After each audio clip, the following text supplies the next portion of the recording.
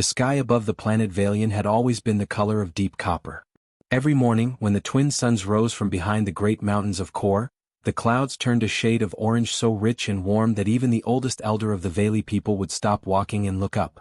It was one of those things that never got old.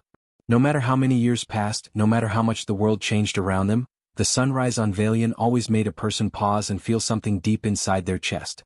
Serafina Val stood at the edge of the open-air market in the city of the Los and watched the sky change color. She was 22 years old by Vaeli count, which would have made her roughly 19 in Earth years, though she had never heard of Earth. She had never heard of humans. She had never heard of the species that would, before this day was over, change everything she thought she knew about the universe. Serafina was not what the other Vaeli would call beautiful in the traditional sense. She was tall and thin, like most of her people, with silver skin that caught the light in soft, shifting ways depending on the angle of the suns. Her eyes were large and deep violet, the kind of violet that looked almost too vivid to be real.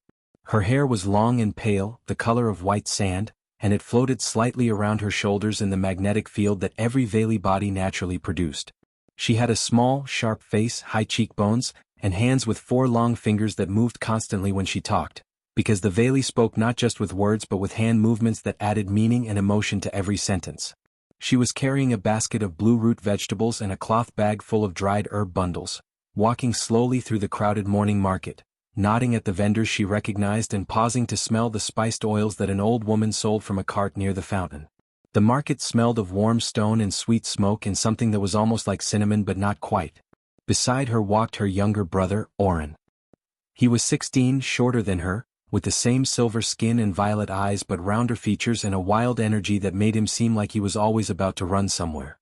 He was chewing on a piece of dried fruit and talking nonstop the way he always did in the morning. "I heard Elder Marin say that the council is meeting again today," Oren said, waving his hand in a gesture that meant "and I think it matters. 3rd time this week. Something is going on. Something they are not telling the people." "The council always meets," Serafina said, adjusting the basket on her arm. "That is their job. 3 times in 1 week is not normal," Oren said. "And I saw Commander Dale walking toward the signal tower last night. But after the second moon had already crossed the midline. Why would the commander of the Sky Guard be going to the signal tower in the middle of the night?" Serafina glanced at him. "Maybe he could not sleep." "Sarah." Oren gave her a look that meant please be serious. "Something is happening." She did not answer him right away. She picked up a small red herb bundle from the old woman's cart, pressed it between her fingers and breathed in the sharp, clean smell. She paid the woman with 2 blue coins and put the bundle in her cloth bag. The truth was she had noticed things too. Small things, the kind of things that most people would overlook if they were not paying close attention. The Sky Guard had been flying patrols every night for the last 2 weeks. The Council's communication lines had been running longer hours. 3 of the high-range orbital sensors that Serafina had seen listed as inactive in the public data system had quietly gone back online. She worked as a data systems reader for the city's communication office, which meant she spent her days looking at numbers and signals and patterns, and she was very good at noticing when patterns changed. Something had changed. But she did not know what it was yet, and she had learned a long time ago not to speak about things she did not fully understand. "Let us go home," she said to Oren. "Mother will be waiting for the blue roots." Oren groaned but fell into step beside her. They walked out of the market and down the wide stone path that led toward their neighborhood, a cluster of smooth, oval-shaped buildings built into the side of a low hill at the edge of the city. The buildings were made of pale gray stone and had large, curved windows that let in the copper light of the suns. Every building had a small garden plot in front of it, and in the morning most of the neighbors were out tending to their gardens, pruning the silver-leafed plants or watering the wide, flat flowers that bloomed only in the morning hours and closed themselves tight by midday. Their mother, Elara, was standing at the door when they came up the path. She was a tall woman, older than she looked, with deep lines around her eyes that spoke of years of outdoor work and worry and love. She was a healer by profession, one of the most respected in the Velos district, and she had the careful, steady hands and the calm voice that all great healers seem to carry with them even when they were not working. She looked at the basket Serafina was holding, then looked at her daughter's face, and then she said the thing that Serafina had not expected. "I need to tell you both something," Elara said. "Come inside." Oren looked at Serafina. Serafina looked at her mother. They went inside. The inside of their home was simple and warm. There were no decorations on the walls except for 2 woven tapestries that their grandmother had made, and a shelf of small, smooth stones that Oren had collected from the river over the years. The furniture was low and curved, made of a soft dark wood that grew only in the southern forests. There was a long table in the center of the main room where the family ate every meal together, and in the corner was a communication screen that Alara used for her healer's consultation work. The screen was on. On it was a still image. A grainy image, the kind that came from a long-range sensor that was not designed to capture visual detail, just movement and mass and energy readings. But even in its graininess, even in its blur and its rough edges, the shape on the screen was clear enough to make Serafina go very still. It was a ship. Not a Vaeli ship. Not a ship from any of the 6 known species of the galaxy, none of which had visited Vaelian in over 40 years. Not anything that matched the visual database of known vessels that every data systems reader like Serafina had been trained to recognize. It was something else. It was large. It was angular in a way that Vaeli ships were not. It had straight lines where Vaeli ships had curves, hard edges where Vaeli ships had smooth slopes. It looked almost aggressive in its shape, the way a sharp stone looks aggressive lying next to a smooth one. It had no visible markings. No running lights of any known color. No identification signal that the sensors had been able to read. It was sitting in a slow orbit around Vaelian's outer atmospheric layer. Just sitting there. Not moving. Not sending signals. Not doing anything. Just there. When did this appear? Serafina asked. Her voice was very quiet. Late last night, Alara said. The council has known since before dawn. They have not made a public announcement yet. I heard it from Healer Dorn, who heard it from the medical officer at the Skyguard station. One ship, Oren said, staring at the image. Just one? Just one, Alara confirmed. What kind of ship is it? Oren asked. Who does it belong to? Alara looked at her children with eyes that held a very specific emotion, the kind of emotion that sits right between calm and fear, the way a person looks when they are trying to stay steady while the ground is moving beneath their feet. Nobody knows, she said. Outside, the copper morning sky continued to glow in its usual warm and beautiful way. The flowers in the garden were still open. The birds were still singing in the silver trees. The market sounds drifted on the wind from 2 streets over. But something had changed in the world of Vaelian. Something enormous was waiting above them. And no one knew what it wanted. The Council of the Los met in the great circular chamber at the center of the city, a room with a domed ceiling made of clear crystal that let the copper sky in from above. On any other day, the light through that ceiling made the chamber feel like a place of warmth and wisdom. Today it felt like a fishbowl, a place where everything inside was visible to whatever was watching from above.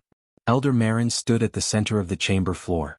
She was the oldest member of the council, over 90 years by Vaeli count, and she carried herself with the kind of absolute steadiness that only comes from having survived many things that should have broken a person.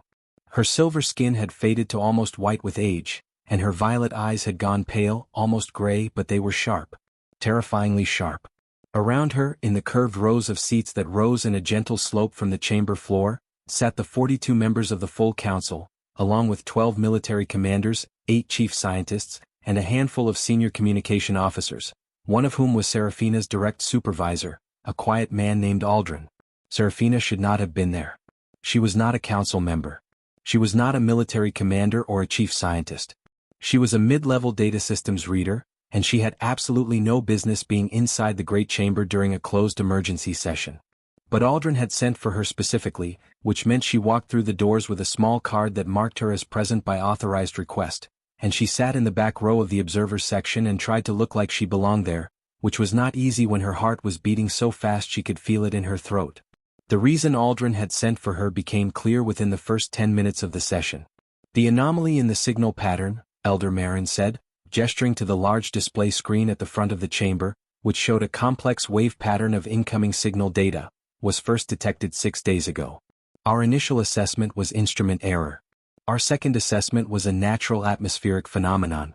Our third assessment, conducted this morning after the visual confirmation of the vessel in orbital position, is that it is neither of those things.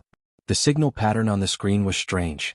Serafina had been looking at signal data for 4 years and she had never seen anything like it. It was not random the way natural signals were. It was structured, patterned, but the pattern was not any known Vaeli pattern or any pattern from any species in the records. It had a rhythm to it, almost like a heartbeat but more complex, with layers of subpatterns running underneath the main beat like rivers under a river. We believe this is a communication attempt, Elder Marin continued. We believe whoever is aboard that vessel has been sending this signal for 6 days and waiting for a response. A communication attempt in an unknown language, said Commander Dale from the military row. He was a broad man with a hard face and steady eyes. Which means we have been ignoring them for 6 days without knowing we were doing it. Correct, said the chief scientist, a woman named Pell, who had the slightly wild look of someone who had not slept in a long time. We have essentially been sitting here while someone knocked on our door for 6 days and we did not answer because we did not recognize the knock. There was a murmur through the chamber. Not panic but something close to it. A low, uncomfortable sound. Can we decode the signal? Elder Marin asked. That, said Aldrin, standing from his seat and looking back at Serafina in the observers section, is why I asked one of my data readers to be present today. Every face in the chamber turned toward Serafina. She stood up. She kept her hands still at her sides, which took effort. She spoke clearly. I have been working on the signal pattern since Aldrin shared it with me 2 days ago, she said. I did not know at that time what it was connected to. I thought it was a systems anomaly from one of our deep space sensors. But I have been mapping the structure of the signal, and I believe I have found a pattern within the pattern. She paused. Every eye in the chamber was on her. The outer signal, the one our systems have been reading, is what I would call a carrier wave. It is like the envelope of a letter. But inside it there is a second signal, much weaker and more compressed. And that inner signal is using a mathematical base structure. Mathematical, said Commander Dale. Numbers, Serafina said. Prime numbers specifically. The first 47 prime numbers in sequence, repeated with variations. It is a mathematical handshake. It is the kind of signal you send when you are trying to communicate with someone you have never spoken to before and you want to establish first that you understand numbers because numbers are universal. It is the most basic possible proof that you are an intelligent being trying to make contact. The chamber was very quiet. Elder Marin looked at Serafina for a long moment. Then she said, You are certain? I am certain of the mathematical structure, Serafina said. I am certain it is deliberate. I am certain it is intelligent. What I cannot tell you is anything about who sent it or what they want. One ship, said Pell quietly, almost to herself. One ship sending a mathematical handshake for 6 days. Not an invasion fleet. Not a weapons deployment. One ship, being patient, being careful, trying to say hello in the only language that needs no translation. The chamber absorbed that for a moment. Can we respond? Elder Marin asked. Yes, Serafina said.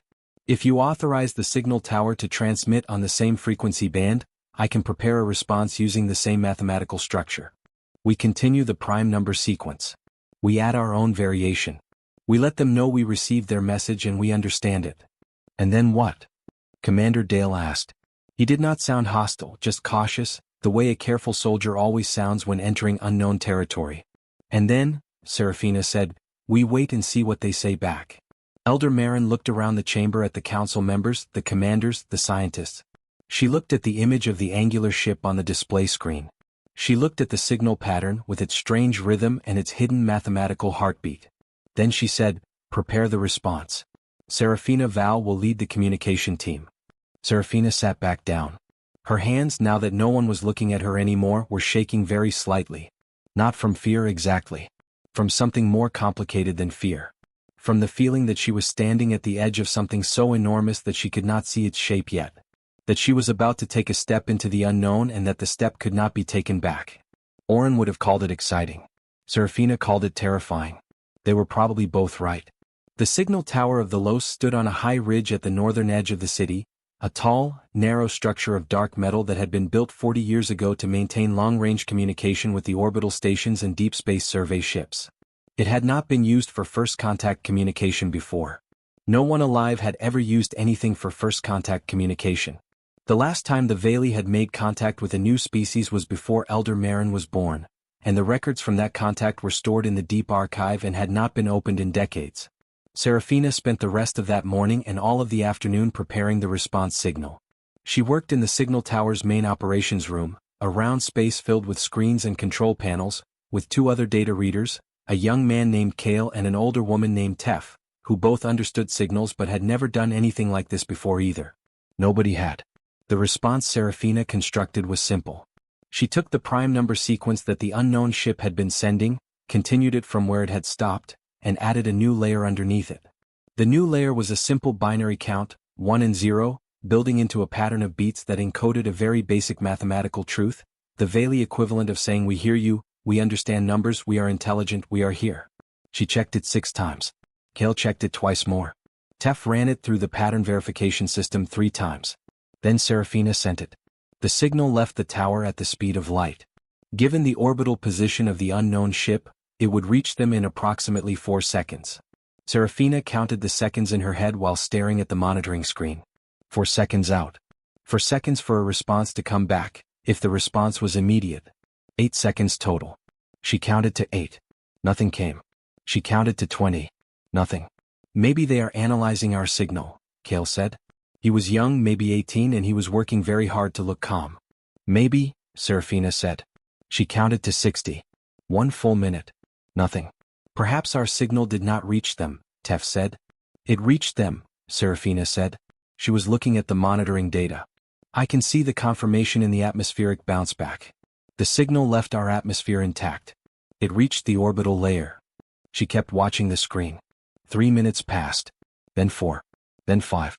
Then, at 5 minutes and 43 seconds after her signal had been sent, the monitoring screen lit up. Something was coming back. The 3 of them leaned toward the screen simultaneously, like plants leaning toward light. The incoming signal was different from the first one. The carrier wave was the same, but the inner structure had changed. The prime number sequence had been continued, exactly as Serafina's response had continued it, and then something new had been added on top of it. Not numbers this time. Something more complex. Something that looked, in the pattern visualization on the screen, almost like a grid. A grid, Kale said, staring. They are sending a grid pattern. They are trying to establish a coordinate system, Serafina said, her mind working fast. They continued our number sequence to confirm they understood us. Now they are giving us a spatial grid. They are trying to show us that they know space. Location. Coordinates. Why? Tef asked. Serafina thought about it. Her fingers moved over the control panel, pulling up layers of the signal, examining the structure of the grid pattern. The grid was divided into sections. Some sections were marked differently from others, heavier, more defined. They are showing us a map, she said slowly. Or part of a map. They are showing us where they are from. She paused. Or where we are. The weight of that sentence settled over the room like a heavy cloth. Wherever this ship had come from, whoever was aboard it, they knew exactly where Vaelian was. They had the coordinates. They had found them on purpose. This was not an accidental encounter, not a random deep space crossing. Someone had looked at the universe, had found Vaelian on a map, and had come here deliberately. For what reason was still unknown. But they were there on purpose.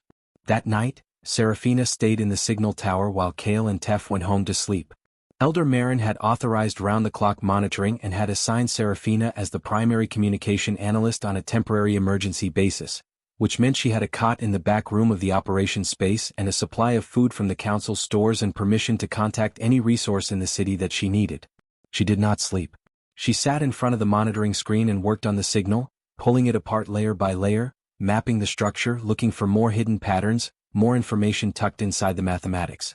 At some point around the middle of the night, when the second moon was high and the copper sky had turned to deep blue-black outside the tower windows, she found something. Deep inside the signal, beneath the carrier wave and the prime number sequence in the coordinate grid, there was a third layer. The weakest of all, barely detectable, and so compressed that the automated systems had missed it entirely. But Serafina had been staring at signal patterns for 4 years and her eyes, tired as they were, caught the faint irregularity. She isolated the layer. She amplified it. She ran it through every pattern-matching algorithm the communication system had. And what came back made her sit very still in the dark operations room for a long time, with the blue-black sky outside and the hum of the equipment around her and the distant sound of the city sleeping below. The third layer was audio. Sound. A voice. Broken up, compressed, distorted by the compression it had been stored in, and in a language she had never heard before, but unmistakably a voice. There was rhythm to it, breath patterns, the rise and fall of speech. It was not music. It was not a recording of nature sounds. It was a living being speaking, or a recording of a living being speaking, tucked into the deepest layer of the signal like a message in a bottle, hidden inside another message inside another message. Serafina listened to it 7 times. She could not understand a single word. But she could hear in the voice something she had not expected to hear. She had expected authority. Command. The voice of something powerful and unknown announcing its presence. What she heard instead was something that made her chest feel strange and tight. She heard nervousness. The voice was careful, slow, deliberate in a way that spoke of effort and concentration, the way someone sounds when they are trying very hard to say something clearly in a situation that matters enormously to them. But underneath the careful control, like a current under still water, there was tension. There was something that sounded remarkably, shockingly like uncertainty. Like someone who did not know how this was going to go. Like someone who was hoping very hard that the people they were talking to would not be afraid of them. Serafina sat in the dark and listened to the alien voice for a long time. Then she opened a new communication channel to Elder Marin's private line and said, "Elder, I need you to hear something." By the next morning, all of the Los knew. There was no official announcement from the council, not yet, but information in a city of 200,000 people moves through its own channels regardless of what the council decides. And by the time the first sun rose and the copper light began to spread across the rooftops, most of the people of the Los were standing in their gardens or leaning out their windows or gathering in small, quiet groups on the stone paths between buildings, looking up at the sky and talking in low voices. Oren came to the signal tower just after dawn. He showed his student identification card to the guard at the base of the tower, which of course gave him no access at all, but Serafina had put his name on a visitor list because she had known he would come and she had wanted to avoid the scene he would inevitably create if turned away. He found her in the operations room, dark circles under her eyes, a half-eaten piece of bread on the console beside her, her hair still floating slightly from the overnight magnetic field charge. Her body was running in low-power mode. "You look terrible," he said. "Thank you," she said. He sat in Kale's empty chair and looked at the screens. "Is it real? What they are saying in the streets?" "What are they saying in the streets?" "That there is an alien ship. A real one. Not ours, not anyone we know. Something new. Something that has never been here before." "Yes," Serafina said. "That part is true." Oren was quiet for a moment. He was 16 and he had the energy of someone who was almost always ready to be excited about things, but right now he was still looking at the screens with eyes that were working hard to understand the size of what he was looking at. "What kind of aliens?" he asked. "We do not know yet," she said. "We have been communicating through mathematical signals. We have not established a visual connection or a language connection." "But you heard a voice," Oren said. "Everybody is saying you found a voice in the signal." Serafina looked at him. "News travels fast. Mother called the healer station this morning looking for you," Oren said. Healer Dorn's assistant said that the council communication office had been up all night over an audio discovery. "So," he shrugged. "You heard a voice." "I heard a voice," she confirmed. "I cannot understand it. But yes." "What did it sound like?" Serafina thought about how to answer that. She looked at the screen where the signal data was still running, the constant incoming heartbeat of the carrier wave that the ship above them continued to send, steady as breathing. "It sounded careful," she said finally. "It sounded like someone who wanted very much to say the right thing." Oren absorbed that. Then he said, "That is not what I expected you to say." "What did you expect?" "I do not know. Something scarier." "It might still be scary," Serafina said. "I have not figured out everything yet." But even as she said it, she knew that what she had heard in that voice was not the sound of threat. She had spent enough time studying communication patterns to know what aggression sounded like in a signal, the sharp, over-defined edges, the hard redundancies, the patterns that repeated like commands. What she had heard in the voice was different. Softer. More layered. More like a question than a statement. At mid-morning, Elder Marin arrived at the signal tower with Commander Dale and Chief Scientist Pell and 2 council members whose names Serafina did not know. They gathered in the operations room, which was now quite crowded, and Serafina played the audio for them on the room's speaker system. The alien voice filled the room. Slow, careful, in its unknown language, with that undercurrent of controlled nervousness that Serafina had first noticed in the deep hours of the night. When it ended, the room was very quiet.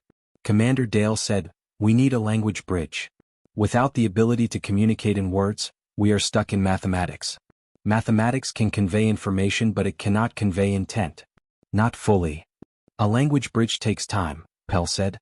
"Building one from zero shared vocabulary with a species we have never encountered, that is months of work at minimum. Unless," Serafina said carefully, "they have already started doing the same thing on their end." Everyone looked at her. "They sent us mathematical signals first," she said. "The coordinate grid. The prime number sequence. These are the tools you use to establish a foundation when you do not share a language. But the audio signal was different. The audio signal was not mathematics. It was language. Their language. Which we cannot understand, Dale said. Which we cannot understand yet, Serafina said. But think about what they did. They sent the mathematics first, to build trust and establish a shared framework. Then they sent the language layer, compressed and hidden, not as a demand that we understand it immediately but as an offering. A gift. They were saying, here is the next step if you are willing to take it. She pulled up a new screen and began overlaying the audio signal onto the mathematical pattern. If they are intelligent enough to build mathematical signals this sophisticated, they are intelligent enough to be working on a language bridge from their side too. They have our signal. They have been analyzing it for 6 days before we even knew they were there. They may have more data on us than we have on them.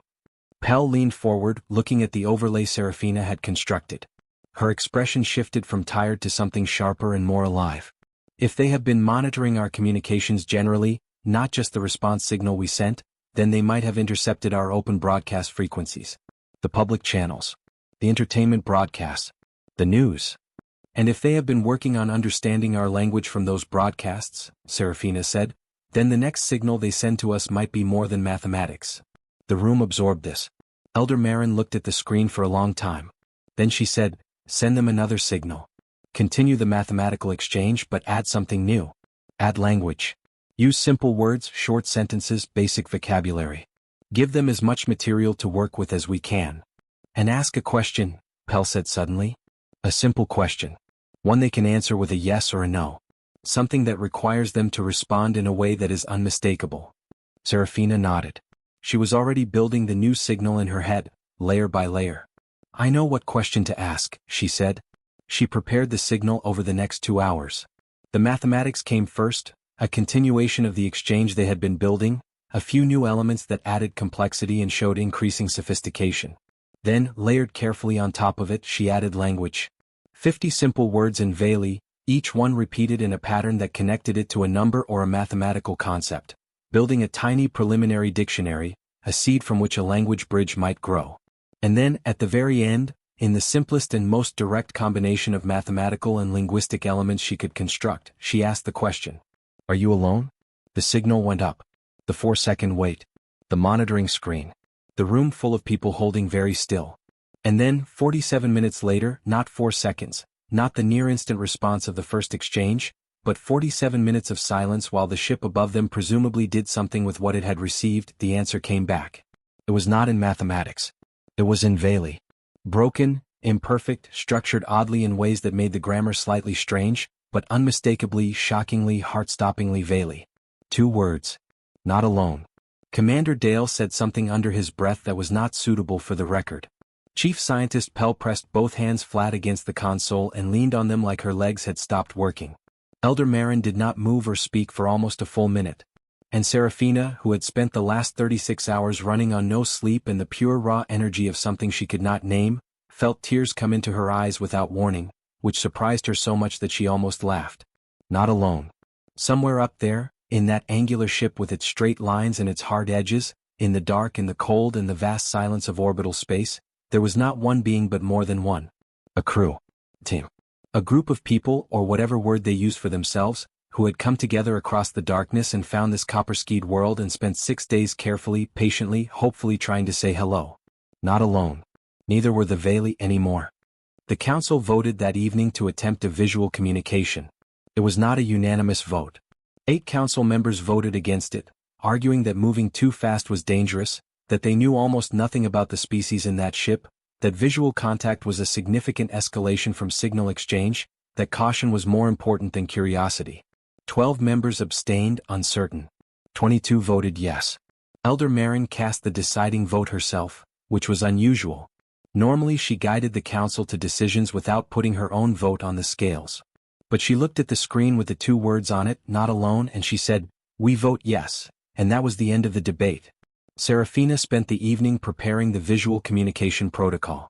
This was more complex than the signal exchange had been. The Vaeli had visual communication technology that could establish a real-time 2-way holographic link, but it required both sides to have compatible transmission equipment.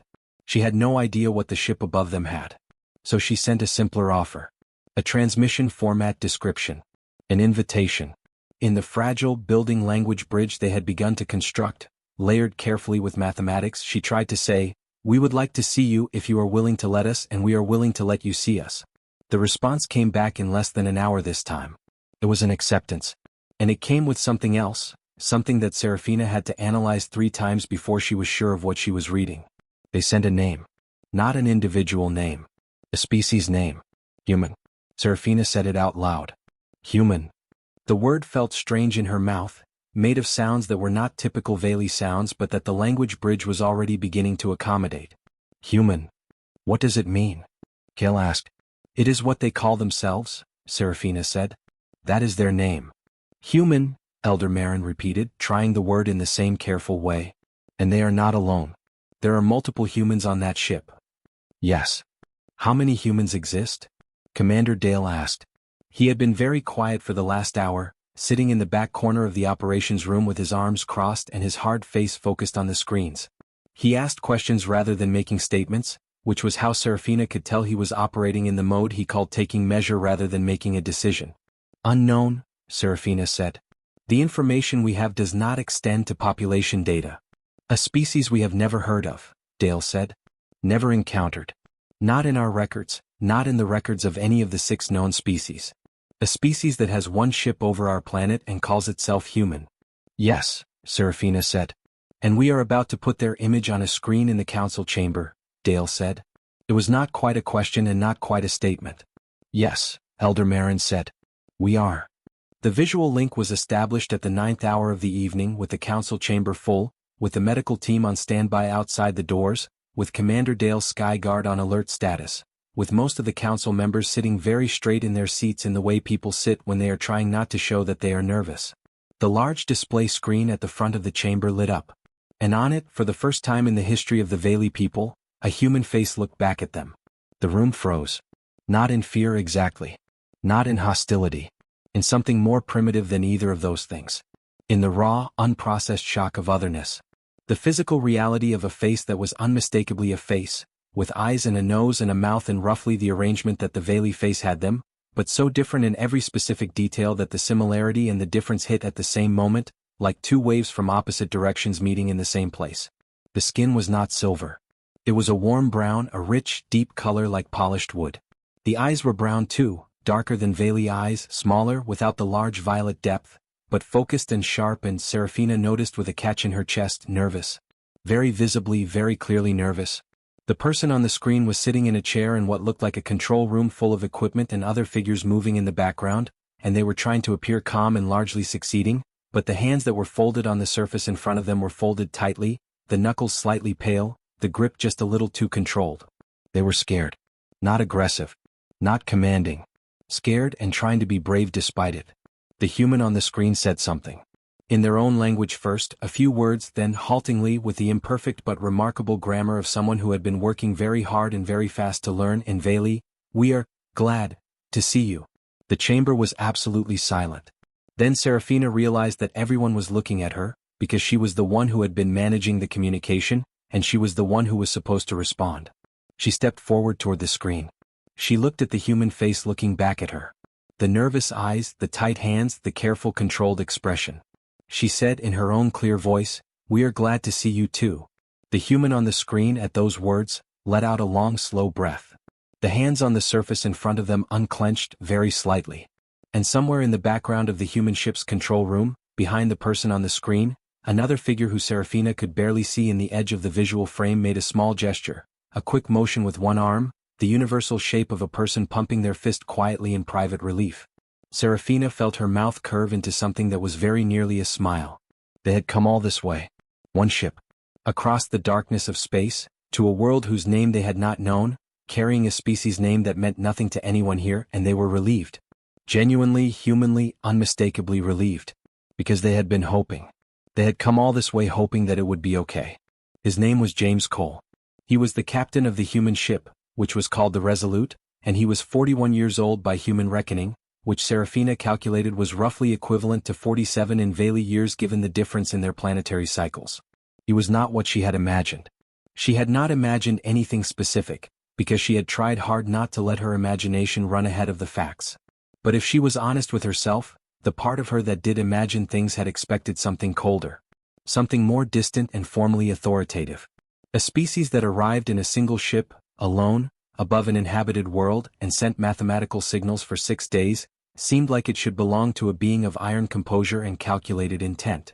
James Cole was composed, yes.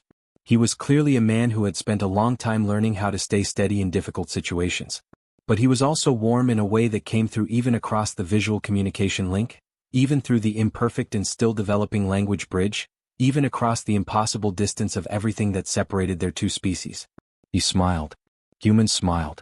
The Vaeli had an equivalent expression, a softening of the face and a particular set of eye movements, but it was subtler and less physically visible than the human smile, which was a large, open expression that involved showing the teeth in what had startled several council members quite badly on first sight and required Serafina to quickly explain that showing teeth among humans was a positive gesture, not a threat display. Over the 3 days that followed the first visual contact, Serafina spoke with Captain James Cole for a total of 9 hours across 6 separate communication sessions. The language bridge was growing rapidly, fed on both sides by intense effort and the natural momentum that builds when two intelligent beings are genuinely trying to understand each other. By the second day they could hold a halting but real conversation. By the third day they could speak in something close to full sentences on both sides, with gaps and corrections and frequent pauses, but with meaning crossing cleanly most of the time. She learned things. Many things. Humans came from a planet called Earth. Earth was not in the immediate galactic neighborhood of Vaelian. It was several dozen light-years away, which was why no Vaeli ship had ever encountered them and vice versa.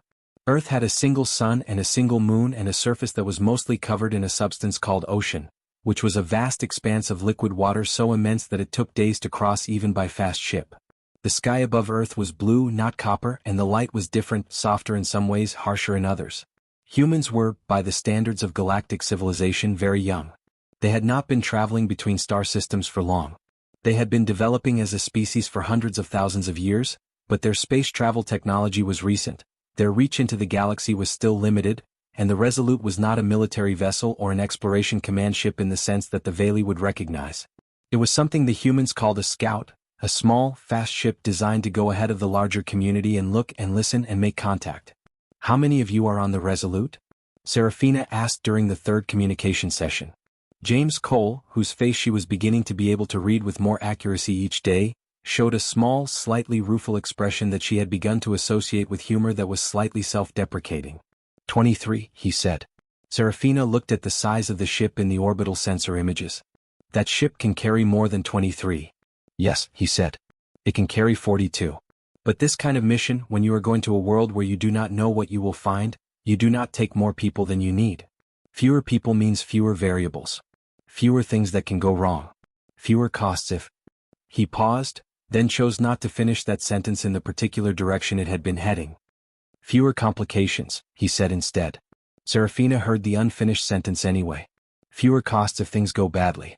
Fewer lives lost if the unknown world turned out to be hostile. You were afraid, she said. It was not an accusation. It was an observation. James Cole looked at her through the screen with those dark brown eyes that she was beginning to find easier to read than she had expected. Yes, he said, with the plainness of someone who had decided that honesty was the better path even when it meant admitting something that was not comfortable to admit. We were afraid. What were you afraid of? He was quiet for a moment.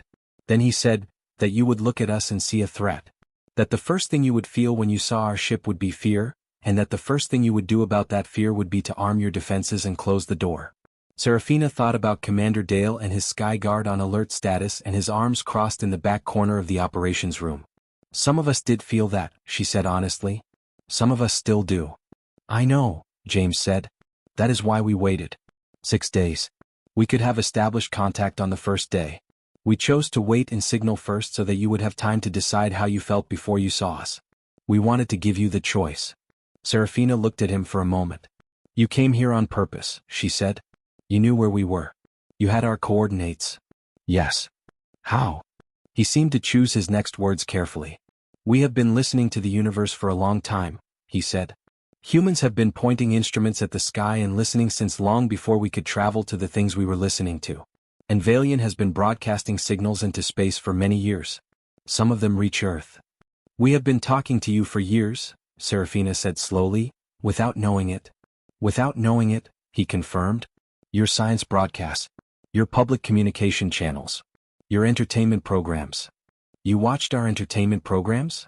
The slightly rueful expression came back, stronger this time. Our language specialists have watched a very significant number of your entertainment programs, he said. Which is why, when I say that your world stories are very beautiful, I want you to know that I mean it as someone who has had some experience with them. Serafina, for the first time in 5 days of extraordinary events, laughed. It was a short laugh, surprised out of her before she could decide whether to make it, and it was perhaps not the most professionally appropriate response for the primary communication analyst of a first contact situation. But it was real, and it was genuine, and James Cole, on the other side of the screen, looked at her with something in his expression that was not quite a smile but was related to one. Something that looked like relief again. Deeper than the first one.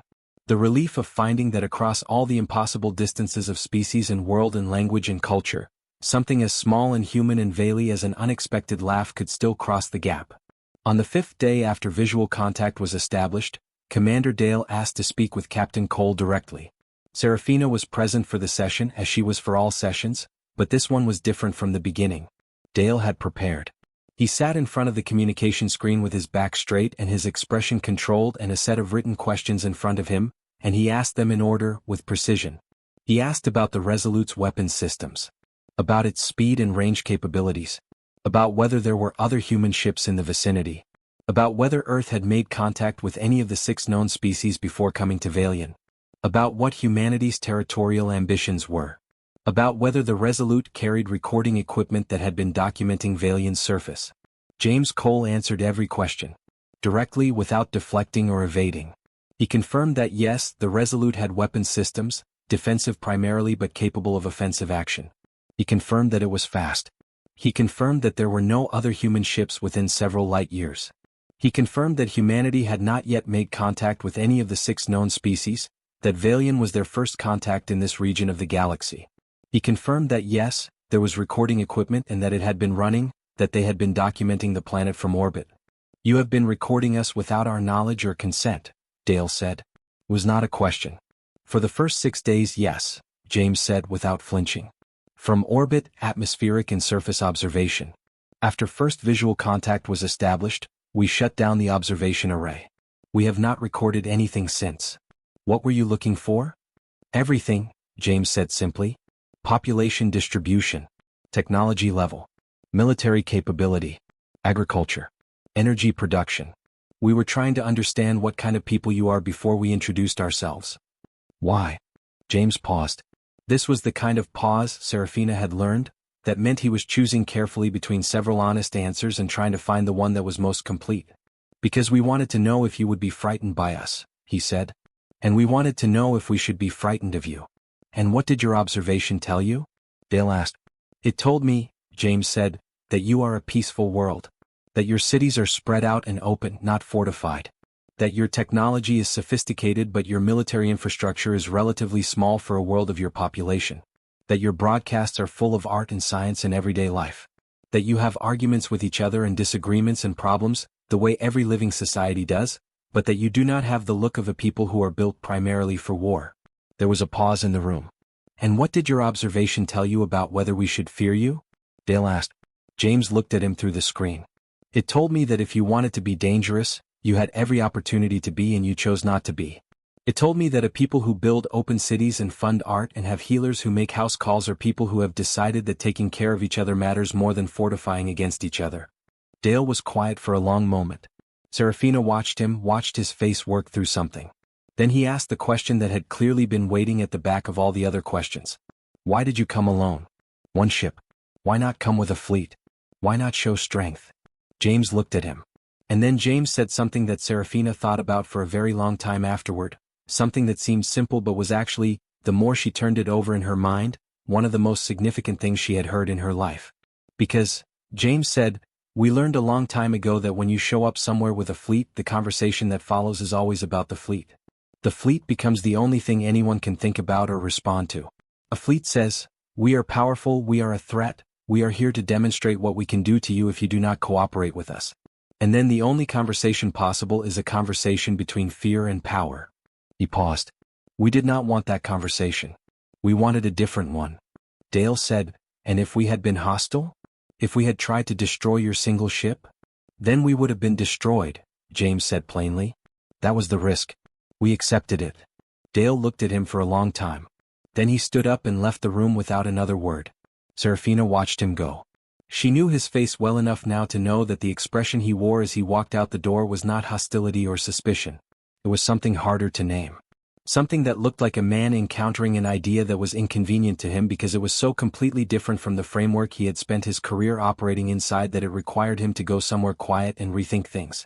After Dale left, Elder Marin, who had been sitting quietly in the corner of the room throughout the session, said, "Captain Cole, I have one question." "Of course, Elder," James said. "What do you want?" she asked. "You have come all this way, one ship, 23 people, across the dark, to a world you had never visited. You have been patient and careful and honest. I appreciate all of that. But I am 93 years old and I have been leading people for most of those years, and I have learned that the most important question you can ask anyone is what they want. So I ask you, what does humanity want from Vaelian?" James looked at her. The warm brown eyes, steady now, the controlled nervousness mostly gone over these days of communication and replaced by something calmer and more settled. "To know you," he said. "To understand you. To share what we know and learn what you know. To have neighbors in the universe instead of being alone in it." Elder Marin studied him for a long moment. "That," she said finally, "is either the most honest thing I have ever heard, or the most sophisticated lie." "I know," James said. "I cannot prove which it is. You will have to decide that over time." Elder Marin nodded slowly. "Then we will decide it over time," she said. "And in the meantime, Captain Cole, we would like to offer your crew the hospitality of our surface, if you are willing to come down." The room went very still. Serafina had not expected this. She did not think anyone had. The council had not voted on this. The military had not been consulted. Elder Marin had simply decided, on her own authority, looking at a human face through a screen for 20 minutes. James Cole looked at Elder Marin with an expression that went through several things in rapid succession. Surprise. Something that flickered for a moment that might have been overwhelm. And then a settling, a steadying, a look of quiet and profound gratitude. "We would be honored," he said. The shuttle that carried the first human visitors to the surface of Vaelian was small and angular, consistent with the overall design language of the Resolute, with hard edges and straight lines and a material surface that reflected the copper light of the suns in an unexpected way, almost like a mirror but not quite, more like something that was absorbing the light and thinking about it before giving it back. Serafina stood in the open field north of the Los that had been cleared as the landing site, flanked by Elder Marin on one side and Commander Dale on the other. Behind them were 40 council representatives, the medical team, 12 Skyguard officers standing at what Dale had described as respectful attention, meaning armed but not visibly so, and an unplanned crowd of approximately 300 Vaeli citizens who had found out about the landing and simply come because of course they had. Oren was in the crowd somewhere. Serafina had made him promise not to push his way to the front, which she knew was a promise he would keep only if something more interesting happened in the middle of the crowd than at the front of it. The shuttle descended slowly. Its engine sound was different from any Vaeli engine, a low, steady hum with a harmonic overtone that vibrated slightly in the chest, not unpleasant but unmistakably alien. The grass of the field bent in the wind from its descent. The copper sky was clear and bright above it. It landed. The door opened. James Cole came out first. Serafina had seen him on a screen for 5 days. She had looked at his face for hours through the visual link, had studied his expressions and learned to read the small signals in them. But she had not fully prepared herself for the difference between on a screen and in the world. He was taller than she had expected. He moved differently than she had imagined, with a particular kind of deliberate steadiness, the kind that soldiers and leaders develop when they have learned that how they move in a room shapes how everyone else in the room feels. He stepped onto the grass of Vaelian and stopped. He looked down at his feet, at the silver-green grass. He looked up at the copper sky.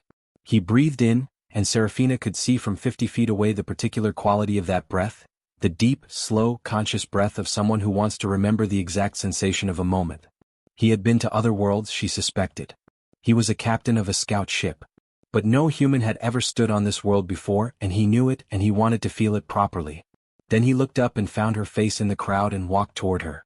Behind him, 22 other humans were coming out of the shuttle, and the crowd of 300 Vaeli citizens was making a sound that was not quite words and not quite silence but something in between, a collective murmur of pure astonishment, because here they were in a field in the morning sun looking at 23 beings from a planet 40 light-years away, and the beings had faces and hands and they walked on 2 legs and they were looking around at everything with exactly the same astonishment that the Vaeli were feeling. 2 worlds discovering each other in the copper light of a morning neither of them had expected. James stopped in front of Serafina. He was perhaps a head taller than her. He looked at her with the expression she had come to associate with him when he was paying full attention, which was a kind of focused, respectful openness, like a door that was all the way open. "Serafina Val," he said, and her name in his voice had the slight imperfection of someone speaking a language that was not native to them but working hard and getting most of it right. "Captain James Cole," she said, and his name in her voice had the same quality. "Thank you," he said, "for hearing us, for listening." Serafina thought about the signal in the night and the voice she had found in its deepest layer, careful and nervous and hoping to be heard. "Thank you," she said, "for being willing to be heard." Beside her, Elder Marin made a sound that might have been approval. Behind her, she heard Dale say something quiet to the Skyguard officers in a tone that sounded like "stand down" without the actual words. And somewhere in the crowd, she heard a 16-year-old boy make an extremely undignified sound of pure excited disbelief, because even with a promise to stay in the middle of the crowd, some things are too big to stay quiet about. The humans stayed for 22 days. 22 days that Serafina would spend the rest of her life trying to describe to people who had not been there, and mostly failing because the experience of those 22 days was the kind of thing that language, even the most carefully built language bridge in the galaxy, could only approximate. They stayed in a complex of temporary buildings that the city had prepared on the edge of the open field, buildings that the Vaeli construction teams had put up in 3 days in a state of focused urgency that was itself remarkable. The humans had brought their own food and water initially, not trusting that Vaelian's chemistry would be compatible with human biology, which was a reasonable precaution. By the second week, after Chief Scientist Pell and her team had done a thorough analysis of biological compatibility, some food exchange was possible, and there were several remarkable shared meals that people talked about for years afterward. Serafina was present for most of the formal sessions. She was also present for many informal ones because she had become the primary language bridge between the 2 species, and because she found that she did not want to be anywhere that the conversations were not happening. She sat in meetings between human engineers and Vaeli scientists where knowledge was exchanged at a pace that occasionally made heads hurt on both sides from the sheer density of new information. She sat in the open evenings when the formal sessions were done and the Vaeli and the humans gathered in smaller groups and talked about their worlds. She translated for hours, smoothing the rough edges of 2 languages that were becoming more compatible by the day but still had gaps and falls and unexpected sharp corners. She learned things she had not expected to learn. Humans had a concept they called stubbornness that was different from the Vaeli concept of persistence, and the difference was subtle but important. Persistence, for the Vaeli, was a measured quality, the steady application of effort over time. Stubbornness, as the humans described it, was something more irrational, more rooted in the will than the mind, a refusal to stop that sometimes went beyond reason and became something closer to pure determination. The humans spoke of this quality with a mixture of self-deprecation and pride that Serafina found fascinating. "It is not always smart," said Yarachin, the Resolute's chief medical officer, who had a quick, sharp laugh and the habit of saying difficult things in a way that made them easier to hear. "Stubbornness is not always rational. Sometimes humans just refuse to accept a limit because they do not like it. And sometimes that is a disaster. And sometimes that is how they do the impossible." "Does that include coming here?" Serafina asked. Yara looked at her with that quick smile. "Getting humans to agree to send one ship to an unknown world with 23 people and no guarantee of coming back?" She paused. "That took a significant amount of stubbornness from a significant number of people over a very significant amount of time, yes. There was a scientist on the Resolute named Marcus Webb who was officially the mission's xenobiology specialist, which was a title that had, until this mission, been largely theoretical, since no human had ever encountered a living alien species before. He was a quiet man in his mid-30s with thoughtful eyes and the habit of taking notes on a small physical pad with an actual physical writing instrument, which several Vaeli children who visited the temporary complex found absolutely baffling and then immediately copied. Marcus spent most of his time with Pell and her team, in the kind of scientific conversation that required very little actual language because mathematics and diagrams and specimen samples did most of the talking. But one evening Serafina sat with him in the open area outside the complex while the second moon rose and he was looking at the copper-tinged twilight sky with the particular expression of someone who was seeing something beautiful for the first time. "What does Earth's sky look like at this time of day?" she asked. He thought about it. It goes orange and pink, he said. And then purple. And then dark. It is not the same as this, but... He paused. It is the same feeling. Looking up and feeling small and glad about it.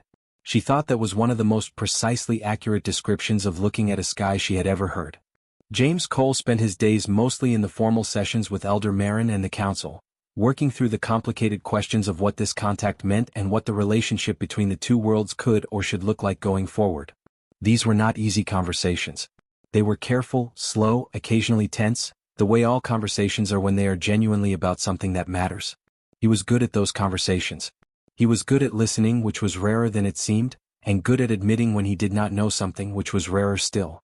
He had the quality that the best leaders had, the ability to speak with authority about what they knew and with honesty about what they did not, without the gap between those two things becoming a crisis of confidence. One afternoon, near the end of the second week, he found Serafina at the signal tower, where she had gone to run a maintenance check on the communication equipment. He came up the stairs alone, without the usual attendants and council observers. "I wanted to ask you something," he said. Without anyone else listening. She looked at him. "Ask." "When you found the audio signal," he said. "The voice layer. Inside the mathematics. You were the first person from your world to ever hear a human voice. What did you think when you heard it?" Serafina considered the question. She had been asked many questions in the past 2 weeks. Almost none of them had been personal in this way. "I thought you were afraid," she said. He nodded as if confirming something. "Were you?" she asked. "When you recorded that message to put inside the signal?" "Yes," he said. "I recorded it 11 times before I got one I was willing to send. I kept." He paused, and that self-deprecating expression came across his face. "I kept sounding too formal. Too official. Too much like I was making a declaration instead of talking to a person." "And the one you sent?" "The 11th take," he said. "I had stopped trying to sound like a captain and I just talked. I said, 'We are here, we know you are here, we do not want to frighten you, we are hoping you will hear this.'" Serafina was quiet for a moment. "That is what I heard," she said. "I did not understand the words. But that is what I heard." James looked at her with those focused, open eyes. "Thank you," he said again. He said it the way people say it when they mean something very specific by it that is bigger than 2 words can fully hold. On the 17th day something happened. It happened not between the humans and the Vaeli but entirely within the Vaeli Council itself, which made it, in some ways, more complicated than anything that had come before. A faction of council members, led by a man named Councillor Reth, released a public statement without authorization. The statement argued that the council had moved too quickly in granting the human surface access, that the terms of the contact had not been properly debated, that the people of Vaelian had not been adequately consulted, and that the presence of 23 armed aliens on Vaelian's surface represented an unacceptable security risk that the council, led by Elder Marin and influenced by the Communication Office's data reader, had failed to properly assess. The statement named Serafina specifically. By morning the statement had spread through the city. By midday there were small groups of people gathered in the public spaces of the Los, not violent, not aggressive, but visible and vocal. By late afternoon the council chamber was in an uproar. Serafina found out about it when Oren came to the signal tower in the middle of the afternoon with a face that was trying very hard to be neutral and mostly failing. "There is a thing happening," he said. "I can see," she said. She had already been reading the public communication feeds on the monitoring screen for the past hour. "They are saying you influenced Elder Marin," Oren said. "That you made the decision to invite the humans to the surface sounds simpler than it was. That you were so excited about talking to them that you stopped doing your job objectively." "I know what they are saying," Serafina said quietly. "Is it true?" Oren asked.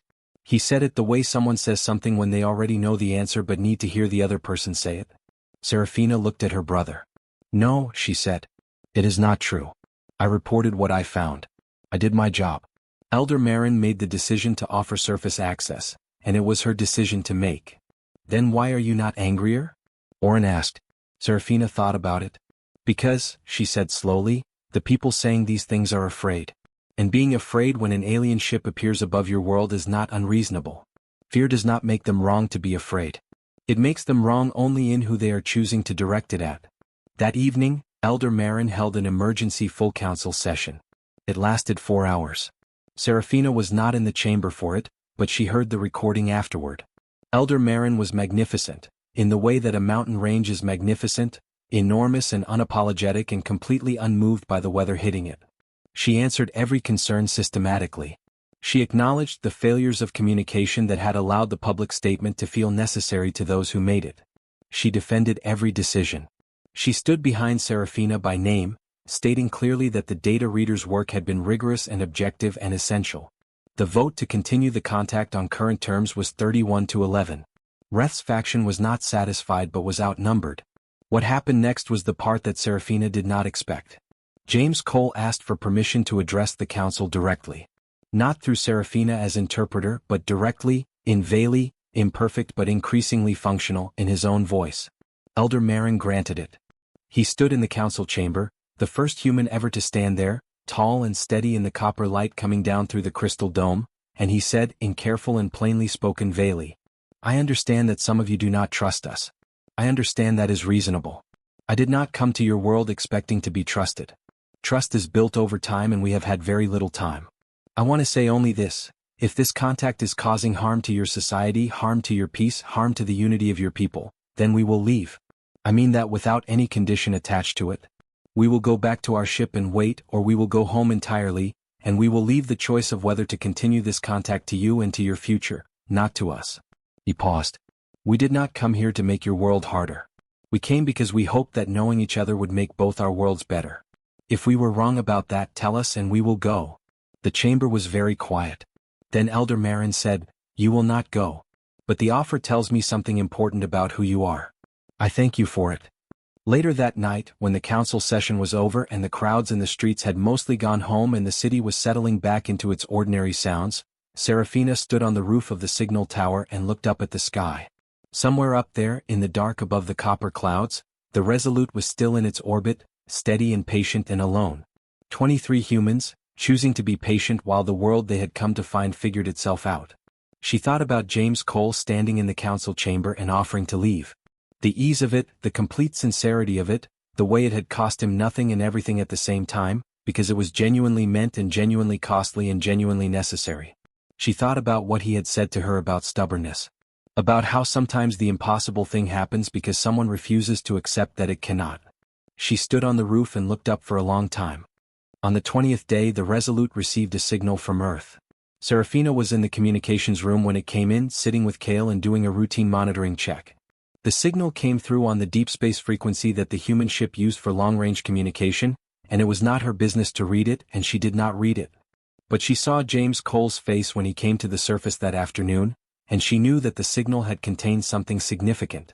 They walked in the small garden area behind the temporary complex, the one that the Vaeli groundskeepers had planted with low silver-leaf shrubs between the human buildings in a gesture of simple hospitality that had moved several of the humans considerably. It was the third evening hour and the first sun was already low and the light had gone to the deep amber that preceded the copper sunset. "Your people sent a message," she said. "Yes," he said. He was quiet for a moment. "They want us to come home." She had known it was coming. 22 days had been longer than the mission parameters. She had known from the beginning that this was a temporary stop, not a permanent one. But knowing something and feeling it when it arrives are different things. "When?" she asked. 3 days, he said. "I asked for 3 more days. To close things properly. To do this right." She nodded. They walked in silence for a bit. The silver-leafed shrubs moved slightly in the evening wind. "What happens next?" she asked. "After you go home." "We come back," he said without hesitation. "Not just us. Other ships. Proper delegations. People with the time and the resources to build something real. This trip was the knock on the door. What comes after is the actual relationship." "You are sure they will come back?" He looked at her. "I have 23 people on my crew," he said, "who have been on your world for 20 days and every one of them is going to go home and spend the rest of their lives telling everyone they know what it looks like here, what your people are like, what the sky looks like when both suns set at the same time. That kind of thing does not stay quiet. That kind of thing becomes something." She believed him. Not because she needed to, not because it was comfortable, but because she had spent 22 days learning to read the difference between what he said because he thought it was what someone needed to hear and what he said because he meant it completely. This was the latter. "I want to ask you something," she said. "Ask." "When you were in the council chamber," she said. "When you offered to leave. Did you mean it? All the way?" He was quiet for a moment. The amber light moved on his face. "Yes," he said. "Every part of it. Were you afraid, she asked, that they would take the offer? Another pause. Yes, he said. But you made it anyway. Yes. Serafina thought about the 11th recording. The one where he had stopped trying to sound like a captain and just talked. The one where the fear was in the voice and the hope was in it too, and the two of them together had been the most honest thing she had ever heard from a source she had not understood yet. I think, she said carefully, that you are very good at doing frightening things while being afraid. He looked at her. Something in his expression shifted, became less controlled, more simply real. I think you are too, he said. She thought about herself in the council chamber 5 days ago, standing in front of 42 people who had all turned to look at her, keeping her voice steady while her hands wanted to shake.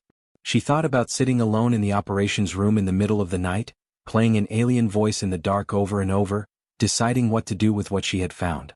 It is easier, she said, when you do not feel alone in it. The silence after that sentence had a specific quality that was different from the silences before it. Serafina, James said. His voice was careful in the same way his 11th recording had been careful.